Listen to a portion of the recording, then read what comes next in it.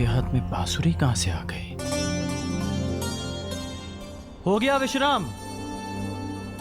थकान पूरी हो गई? सारथी हूं। रथी की थकान को दूर करना भी मेरा कर्तव्य है।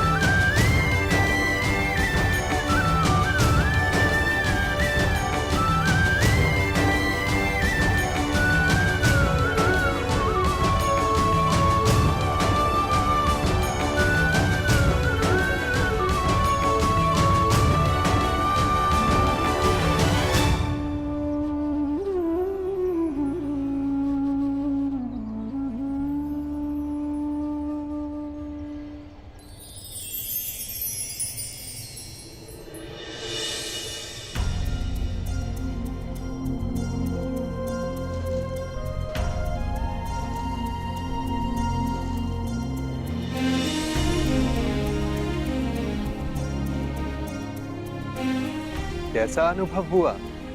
अद्भुत, दिव्य, एक नई ऊर्जा अनुभव कर रहा हूं।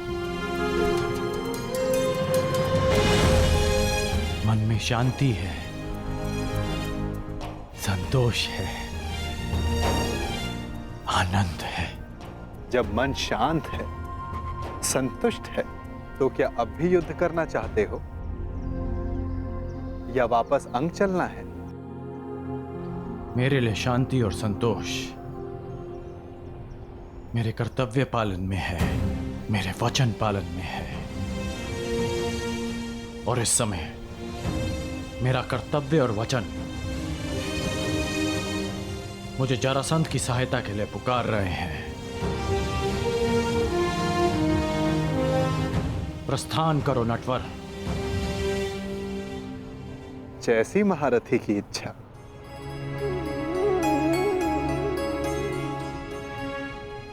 आइए।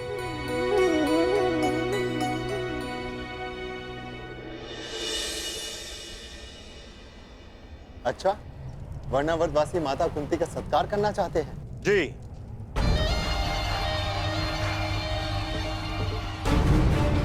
संदेश में कुछ ऐसा ही लिखा है। हम वारणावतवासी राज माता कुंती का मातृत्व प्रतीक के रूप में सत्कार करने की अभिलाषा रखते हैं।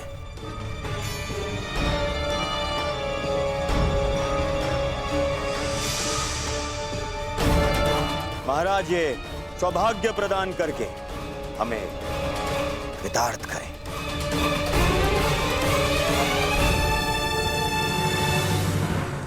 बहुत ही सुंदर विचार है। वास्तविकता में भ्राता पांडु की भार्य इस सम्मान की अधिकारिणी है भी।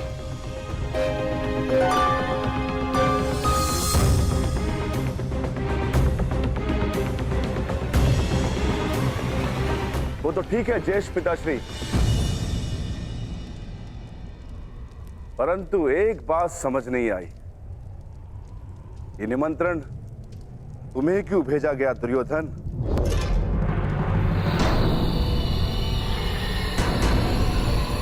देश पिताश्री या युवराज क्यों नहीं?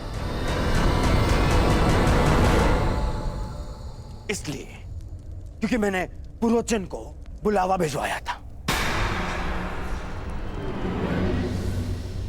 पुरोचन वर्णावत से आ रहे थे तो वो संदेश ले आए। मैं पहले मिल गया तो मुझे दे दिया संदेश। महान वास्तुकार पुरोचन को निमंत्रण क्यों दिया दुर्योधन? ऐसी कौन सी नई इमारत का निर्माण करवा रहे हो?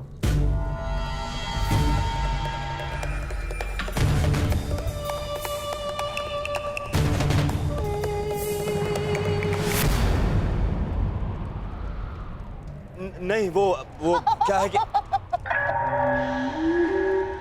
अब कोई लाभ नहीं मेरे होने वाले सम्राट, कोई लाभ नहीं।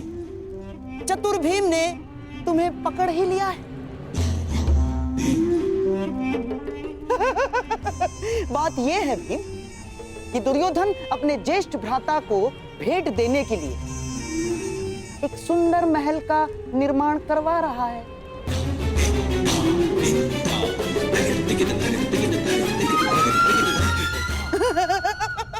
और इस विषय में महाराज श्री को भी ज्ञात है। तुम ज्येष्ठ भ्राताश्री को भेंट दे रहे हो? वो क्या है ना भीम की, बचपन से हम प्रतिस्पर्धी रहे, परंतु अब तो भ्राता युधिष्ठिर युवराज बन चुके हैं तो स्पर्धा समाप्त हुई। क्यों ना बैर भाव भुलाकर एक नया प्रारंभ किया जाए। यदि ऐसा है तो मुझे अपने अनुज की भेंट सहर्ष स्वीकार है। भाइयों के मध्य ये प्रेम मेरे आनंद का कारण बन रहा है, तो पांडु पुत्र और युवराज माता कुंती कल प्रातः प्रस्थान करेंगे। प्रबंध किया जाए विदुर।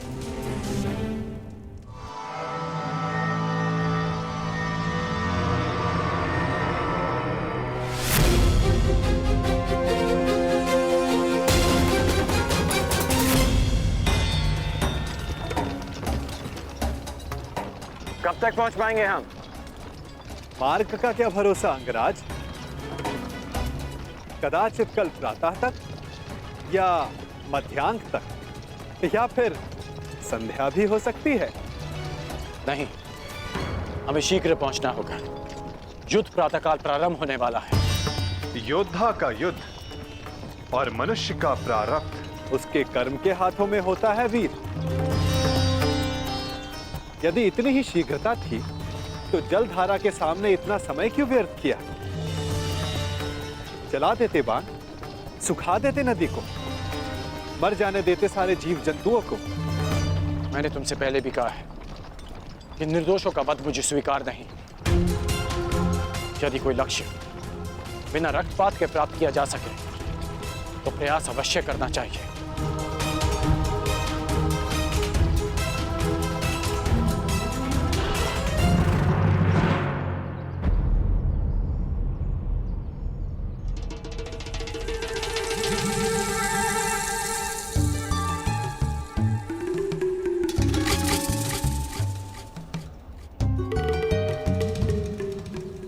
अरे अचानक ये क्या? वन इतना घना क्यों हो गया? यह कैसे संभव है? यही तो मुझे भी आश्चर्यचकित कर रहा है। कल तक तो ये मार्ग ऐसा नहीं था।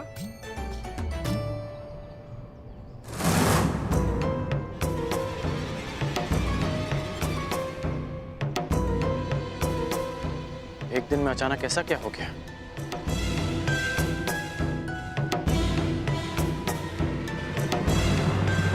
मैं देख कर आता हूं कि कहीं हम मार्ग तो नहीं भटक गए। अवश्य।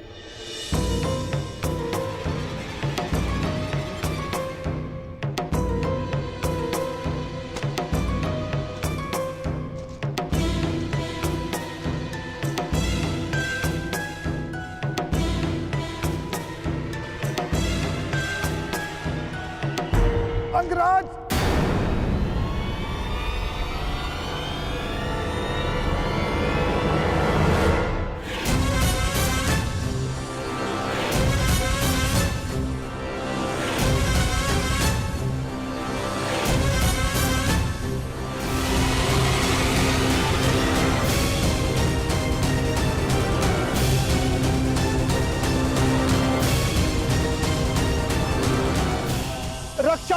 अंगराज, रक्षा करो।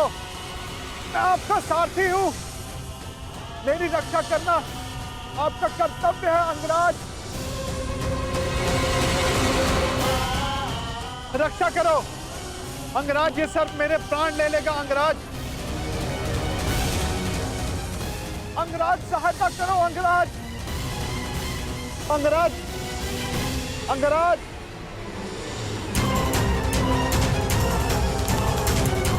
अंगराज, ये सर्प अपनी कुंडली कसता जा रहा है अंगराज।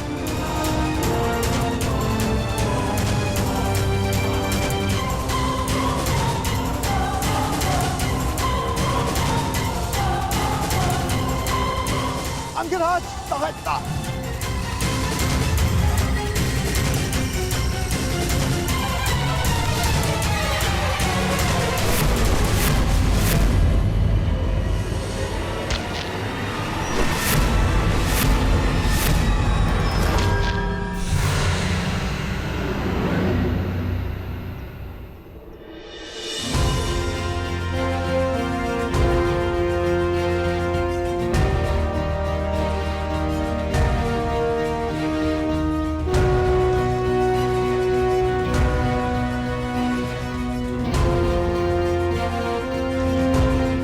ठीक हो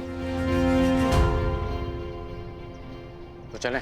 जलधारा के जीवों को नहीं मारा, परंतु इस सर्प का वध कर दिया। क्यों? तुम जीवित रहना नहीं चाहते क्या? निस्संदेह, परंतु वो सर्प भी जीवित रहना चाहता होगा अंगराज।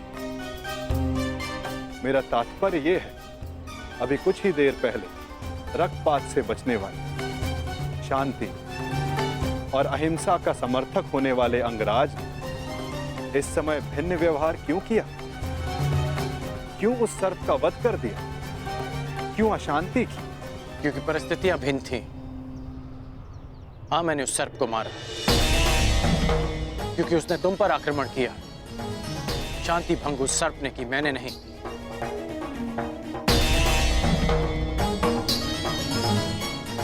अब आपकी शंका दूर हो गई हो तो चले अंगराज। शंका तो तुमने प्रस्तुत की है, परंतु समाधान तो आपके लिए है अंगराज।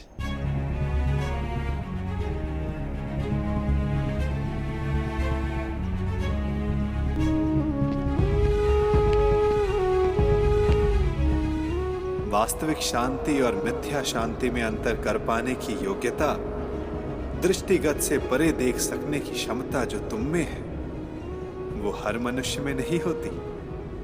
मैं प्रभावित हुआ।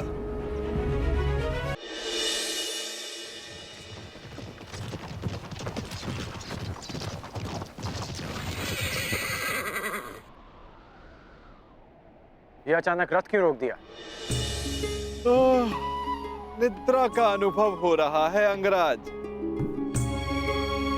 तो यहाँ मेरे स्थान पर आने का कष्ट कीजिए, रथ मैं स्वयं चला लूंगा। मैंने कहा कि निद्रा का अनुभव हो रहा है, ये नहीं कि सोना है। हाँ, तनिक कुछ खा लूंगा तो स्फूर्ति अवश्य आ जाएगी।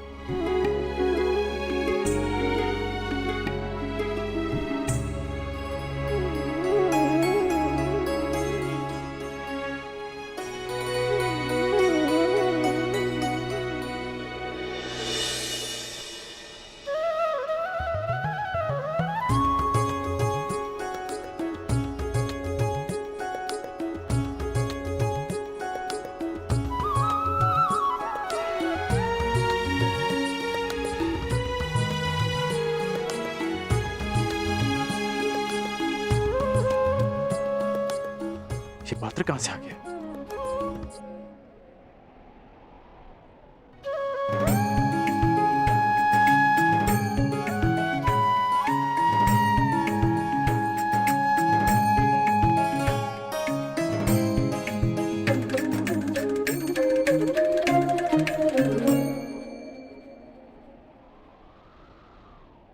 आपके मन का ये प्रश्न भी मैंने पढ़ लिया अंगराज। यात्रा कितनी लंबी होने वाली है, ये यात्री कहाँ जानता है। इसीलिए ऐसे समय के लिए ये माखन मैं हमेशा अपने साथ रखता हूँ। ये मुझे ऊर्जा और स्फूर्ति देता है और साथ साथ मन भी सचेत रखता है। खाओगे?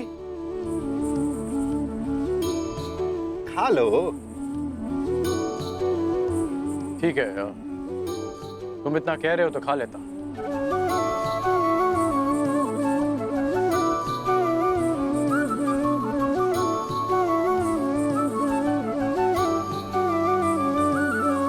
कहा था ना, स्फूर्ति मिलेगी। थोड़ा और मिलेगा? हाँ, ये केवल मेरा है, परंतु आप सहयात्री हो, इसलिए बांट लेता हूं।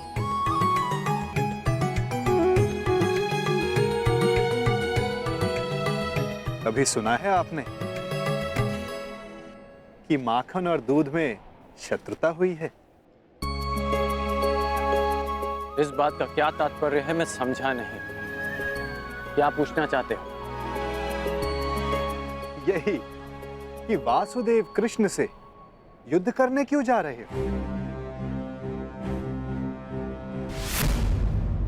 यही कि वासुदेव कृष्ण से युद्ध करने क्यों जा रहे हो?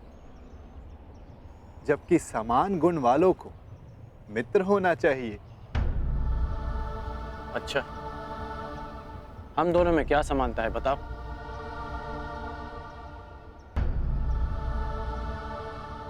एक बालक जिसको जन्म किसी और ने दिया, पाला किसी और ने, जो बालपन से ही अन्याय और अधर्म से लड़ता आया हो, जिसका लक्ष्य अन्याय का नाश है, जिसने प्रेम किसी से किया और विवाह किसी और से करना पड़ा, और अब धर्म संस्थापन के लिए अथक परिश्रम कर रहा है। अब आप ही बताओ, क्या ये समानताएं नहीं है? कुछ असमानताएं भी हैं हमारे बीच। कैसी असमानताएं अंगराज? कृष्ण को जन्म किसी और ने दिया और पाला किसी और ने, परंतु मुझे मेरे सगे माता पिता ने पाला है। निसंदेह, परंतु लक्ष्य दोनों का समान है। इसीलिए इस यात्रा में एक दूसरे का सहायक होना चाहिए, विरोधी नहीं। कदाचित हम दोनों एक ही पक्ष में होते हैं। यदि मैं जरासंध को वचन नहीं देता कि मैं कृष्ण के विरुद्ध उनकी सहायता करूंगा। युद्ध में सम्मिलित होने का वचन दिया है या कृष्ण के विरुद्ध युद्ध करने का अंगराज? मैं समझा नहीं।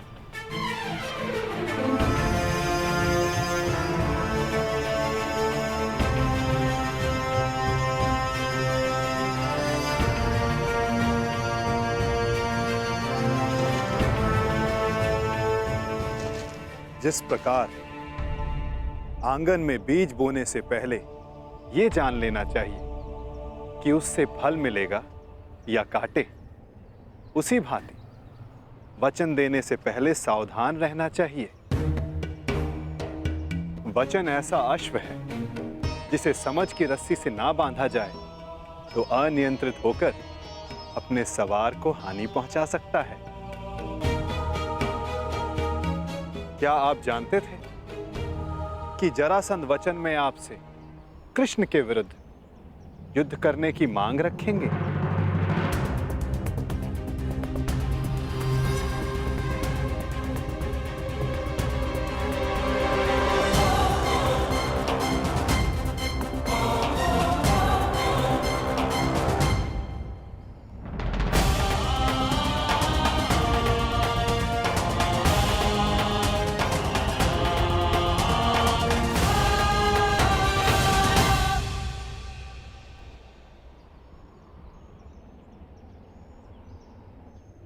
मैंने अपना कार्य पूरा किया अंगराज। आपको समय पर युद्ध क्षेत्र पहुंचा दिया मैं।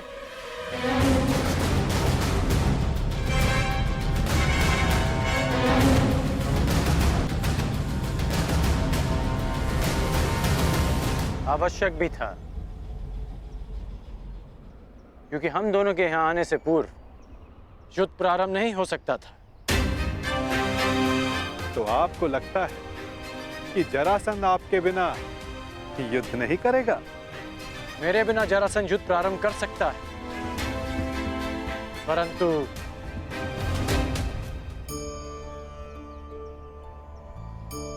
परंतु क्या? कहे दीजिए अंगराज।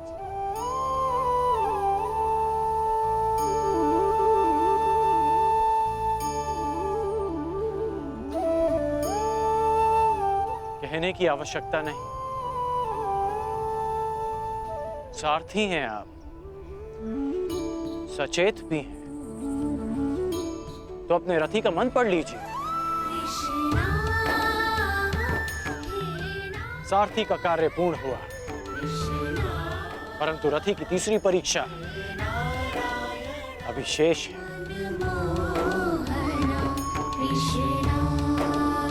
तीसरी परीक्षा? ये क्या कह रहे हैं आप अंगराज?